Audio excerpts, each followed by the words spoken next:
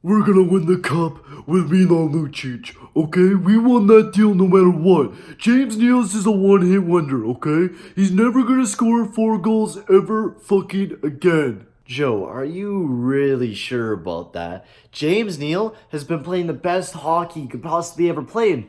Oh, wait. Milan Lucic had, what, 27 penalty minutes in 3 fucking games and 0 goals? That's what you think is gonna make you defeat the Colorado Avalanche? Yes, it is, Peyton, you dumb fuck. Lucic is the man that we need to knock some people out and win us the fucking cup. We're gonna defeat Colorado, we're gonna be the Western Conference champs, and we're gonna win this cup this year. Let's go, Calgary! Joey, get the fuck out of my room, man. For fuck's sakes. I don't give a shit what you have to say. James Neal had a fucking terrific night. Lucic has been playing like fucking shit. So get the fuck out of here. Let me make my fucking video about the New York Islanders getting their asses kicked by the Oilers. Welcome back, everyone, back to another episode of OGR, baby! Edmonton Oilers with another victory, 5-2 against the New York Islanders. Really proving that they could score goals. And for the first time, we didn't see Connor McDavid or Leon Draisaitl. They didn't score a single goal in this game. We seen James, the real steel Neal, get 4 goals last night. And it's kind of funny. My phone was absolutely going crazy because I'm making Calgary fans, and our friends, and all of them are fans of the Calgary Flames. My buddy texts me. He's like, by the way, fuck the Oilers. And I look at it, and Drew Doughty scored the fucking goal against the Calgary Flames last night. How fun is that? And they also have to deal with backlash of Oilers fans saying, Neal got fucking 4 goals. What does Lucic have done? And it's kind of funny how Calgary really thinks that picking up Milan Lucic is going to make their team way much better for a great playoff run. I don't know about that, man. Colorado kind of kicked your guys' ass last year, and they have tremendously revamped the roster from what they had last year. I don't know about that. I've had tons of people shit-talking me. I will receive that shit-talking and turn it on you guys that you lost in the first round against the Colorado Avalanche, even though you won the division. That's what you guys keep fucking vamping about. Oh my god, you won the division. Holy shit. At least we made it to the second round in the past decade.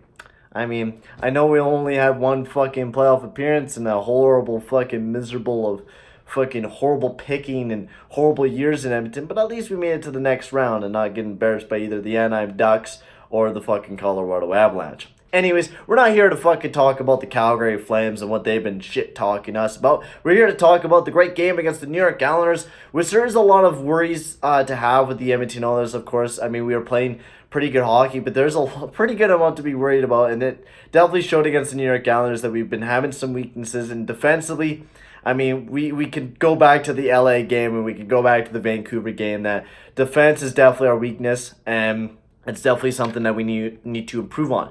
Mikko Koskinen had a great night last night. I mean, he's still slow, and he does not deserve $4.5 million for the next 3 years. But he was pretty consistent out there. He saved a pretty good amount of pucks, which I'm happy to see that from Mikko Koskinen. Looks like he did a little bit better on his glove hand, but he really did get lucky last night. A lot of the shots that the New York Islanders shot, they missed the net. I'm pretty sure 50% of their shots missed the net because they definitely did miss it a lot. So you could definitely throw the blame on New York Islanders playing, just really playing like shit last night. They didn't really play very well. Even defensively, I mean, James Neal fucking just was unreal last night.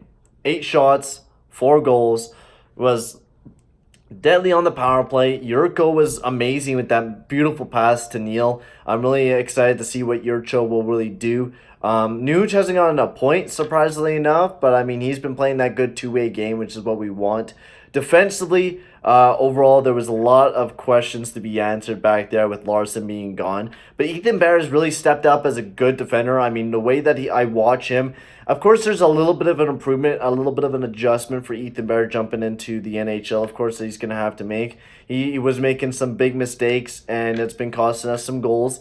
But I feel like over the year, I think Ethan Bear is going to improve, and he's definitely going to be a nice depth piece, or even a guy that's going to be playing in the top 4 if Joel Pearson doesn't step up. But they're really great offensively minded people. Darnell Nurse and Klefbom, of course, carried the defensive core last night. Even Russell and Benning, I think they did really, really well last night. I was amazed at what Russell's speed was when he sped up to the front of the net and actually had a great scoring chance for the team. I was really happy to see that Chris Russell was generating something, and he had honestly a really good night defensively. Same with Benning. Our entire defense core had a decent night. I mean, there was some weak points. I mean, Ethan Bear, the top 4, Benning kind of struggled throughout the night. I mean, there was definitely some weak points, and our defensive core is probably one of the worst defensive cores in the league, but we're still winning games. Now, I've been hearing one thing from Calgary fans is that our goal scoring can never keep us in the playoff mix without a great defensive core, and actually that is false. I mean, there's been tons of great teams in the past decade that you can have a great goaltender stand on his head with a horrible defense core. And I mean, take a look at the 2005-06 Oilers, right? We did not have the most spectacular defense core, right? We had Chris Pronger, and then the rest was kind of just meh. And our forward core was kind of meh. And we still made it to the playoffs. A team can be horrible and still make it to the playoffs, and we've seen it before. And not like I'm going to say that the Edmonton Oilers are going to make it to the playoffs this year. Not like that might not even happen. I'm going to ride this good fucking wind of good winning and the surprising start that we've been having. And I'm just going to ride on it until we start playing like shit. When we start playing like shit, sure, I will be like, hey, good job, Calgary. You are the better team. We knew that from the get-go. We just love fucking around with you guys because you guys get really pissed off. But back on the game, and this, if we keep playing like this and we improve defensively and we're still able to score goals like we've been able to score goals, honestly, we could make it to the playoffs this year. There's a fucking for sure chance that we can be making it to the playoffs if we start playing really, really good hockey and if we start playing better defensively. If Nurse steps up, I wish we had Larson back in the lineup. I really wish he did not get injured right out the first game of the year. But I mean, if we do a trade with how good Jesse Puljujarvi is playing in the Liga, if we could trade him to some team that pick up some good defenseman, I mean, that would definitely be just the steal of a deal for the team. And I think that's what we need to focus on. I mean, we don't have very much cap space, but I mean, what can you do? Otherwise, big surprises, Neal. I mean, we got to talk about this man again. He was terrific. His front of the net play is just amazing. 4 goals and 6 goals in 3 games, leading the league in goals. Past fucking Austin Matthews, man. I'm calling this man the Maurice Rocca Richard winner right now. He's winning that shit this year. Fuck Ovi, fuck Matthews. Get out of here. Neal's winning that shit. He's getting 50 goals this year. Let's go. And everyone's gonna be like, no, Lucic is the better player than we won the deal because Lucic, we needed him. Fucking cancer, man. Get the fuck out of here. Just let you guys know I'm joking. Who knows what James Neal will do. He's off to a terrific start, and I'm really am hoping that he could get back up to 30 goals, maybe even 40, and that's shooting high. That would be amazing to see James Neal really start to produce. Yurcho, I mean, he played great last night. Zach Cassian, I love his speed, the depth.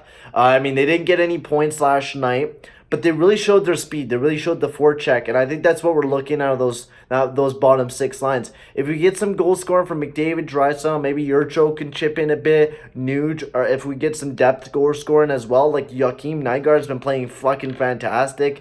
He's been really showing his speed and his forechecking and his goal scoring finesses. I mean, he is terrific player, a terrific European player for the team right now. And I'm really feeling like if this team can keep clicking, I feel like we could definitely keep winning games. But there's a lot of science behind all this, and I was looking at one of the guys on Instagram that I follow, is that our puck possession is shit, and you guys can see that when we're watching the game, and that our winning streak is an absolute fluke. Which, I mean, it could be, it could not be. I mean, this team is a complete fluke right now. If we even make it to the playoffs, that's going to be a complete fucking fluke. Anything about this team is going to be a surprise to me, and I'm really excited about how we're starting to play hockey. I don't know how we're going to finish off the year. That'll be a big question. But if we keep playing like this, and we keep scoring goals like we've been scoring goals, and we keep playing defense, or play better defense, not play like how we are defensively, but play better defensively. If we get Mike Smith playing some great goaltending and Mikko Koskinen playing some decent, this team could definitely be a playoff team. I really enjoyed the game, though. It was an absolute blast to watch, even though I kind of watched in sketches. But Neal, I love you, buddy, and I cannot wait for you to keep pissing off Calgary fans because you guys lost that fucking deal no matter what. If Neal fucking shits out, we could easily buy him out, and that's an easy fucking $4 million in our pockets. So thank you, Calgary, for that wonderful deal and getting Lucic off this motherfucking team. And I will see you guys all later. But right now, we get the highlights. I think it's the New Jersey game, but we got Edmonton versus the New Jersey Devils. That means Jack Hughes, the motherfuckers. I'm really excited to see McDavid versus Jack Hughes. That should be a lot of fun. Anyways, let's jump right on the highlights.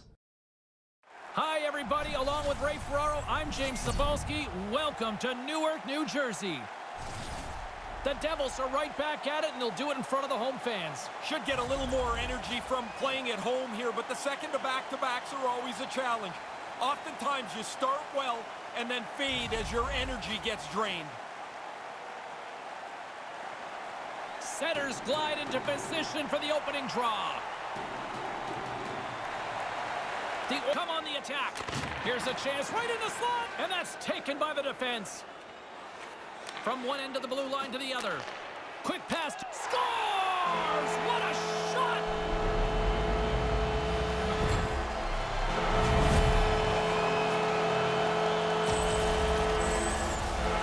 This is actually a pretty difficult deep. Going to the forehand every time is hard. He goes over to his forehand side, and he has to get it past the goaltender. It's a good move.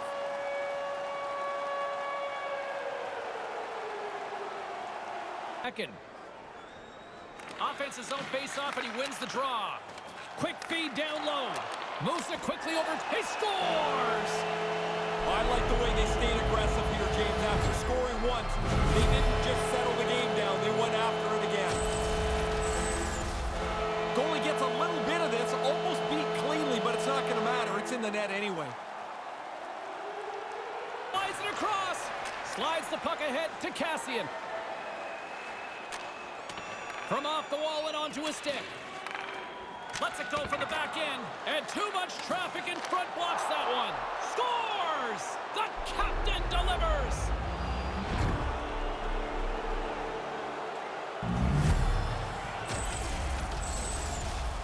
Well, that's a quick one-timer right in front of the net. And a smart heads-up read to come up with the puck. Down here in the game, you've got to make some... He scores!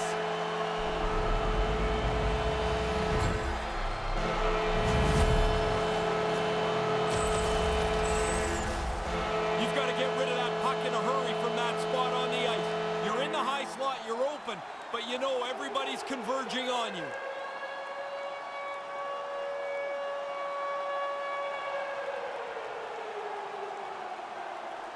Moves it to Subban. And forces a huge turnover here with the steal. Puts it on net. He scores! On the rebound, lights the lamp for the goal.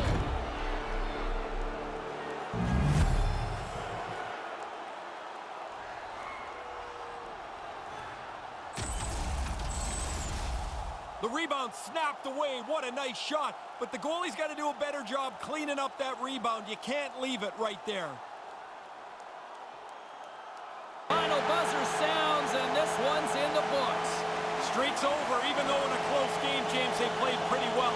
You have to be careful, though, that these streaks turn the other way pretty quickly. You've lost one. Try and stop it here. Still got to be encouraged by the way they played, and they could easily get right back into the win column if they continue to play like this. For Ray Ferraro, I'm James Cebulski. Thanks for joining us tonight.